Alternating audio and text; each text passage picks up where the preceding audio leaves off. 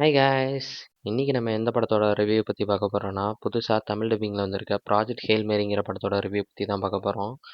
இது ரொம்ப நாளைக்கு முன்னாடியே தேட்டர்ஸில் ரிலீஸ் ஆயிருச்சு. இப்போ தான் ஓடிடி பிரிண்ட்டில் வந்திருக்கு. நான் ரொம்ப நாளாகவே வெயிட் பண்ணிட்டு இருந்தேன், இது எப்படா ஓடிடியில் வரும்னு. இது ஒரு சயின்டிஃபிக் அட்வென்ச்சர் மூவி. இந்த படத்தில் யார் யார் நடிச்சிருக்காங்கன்னா, நம்ம ரியான் கோஸ்லிங் தான் நடிச்சிருக்காரு. சின்ன சேனலுக்கு எதாக இருந்தாலும் அது கொஞ்சம் ஆதரவு கொடுங்க. உங்கள் பொண்ணான கையை கொண்டு அந்த பெல்லில் தட்டிடுங்க.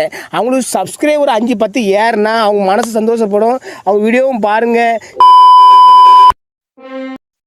நம்ம ஹீரோ ஸ்பேஸுக்கு போனதுக்கப்புறம் ஒரு ஏலியனை சந்திக்கிறாரு. அந்த ஏலியனை சந்திச்சதுக்கப்புறம் அவங்க 2 பேத்துக்கும் கிரியேட் ஆகிற ஃப்ரெண்ட்ஷிப் பாண்டிங் தான் இந்த படம்னே சொல்லுவேன்.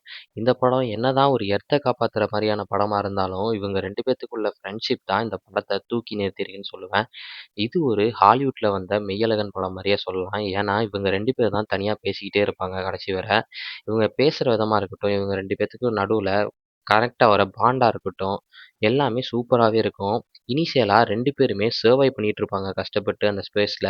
கஷ்டப்பட்டுக்கிட்டு இருக்கும்போது 2 பேரும் சந்திச்சுக்கிட்டதுக்கப்புறம் ஸ்லோவாக இவங்க ஃப்ரெண்ட்ஷிப் ஸ்டார்ட் ஆகும். ஸ்டார்ட் ஆனதுக்கப்புறம் இவங்க 2 பேர்த்துக்குமே அந்த மொழிங்கிறது லாங்குவேஜ் டிஃப்ரெண்ட்டாக இருக்கும், பாடி லாங்குவேஜ் டிஃப்ரெண்ட்டாக இருக்கும், அண்ட் தென் திங்கிங் ஸ்டைலும் டிஃப்ரெண்ட்டாக தான் இருக்கும்.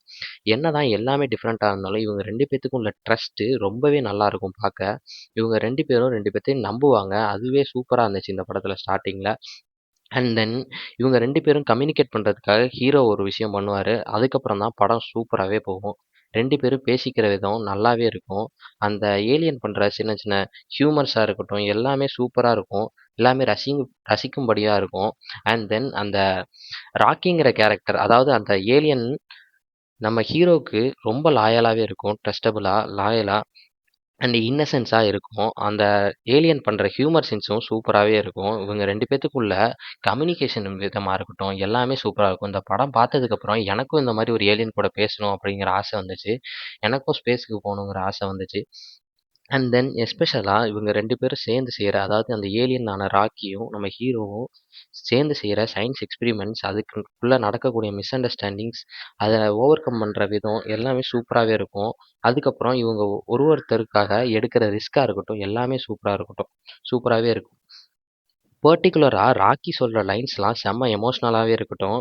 நீ தூங்கு, நான் உன்னை பார்த்துக்கிறேன், அப்படின்னா தான் உன்னை காப்பாற்ற முடியும் அப்படின்னு சொல்கிற விதமாக இருக்கட்டும். ஹீரோ ராக்கியை ப்ரொடெக்ட் பண்ணுற விதமாக இருக்கட்டும், அண்ட் ராக்கி ஹீரோவை ப்ரொடெக்ட் பண்ணுற விதமாக இருக்கட்டும், எல்லாமே சூப்பராகவே இருக்கும். இவங்க 2 பேத்துக்குள்ள பாண்டிங் தான் இந்த படம்னே சொல்லுவேன்.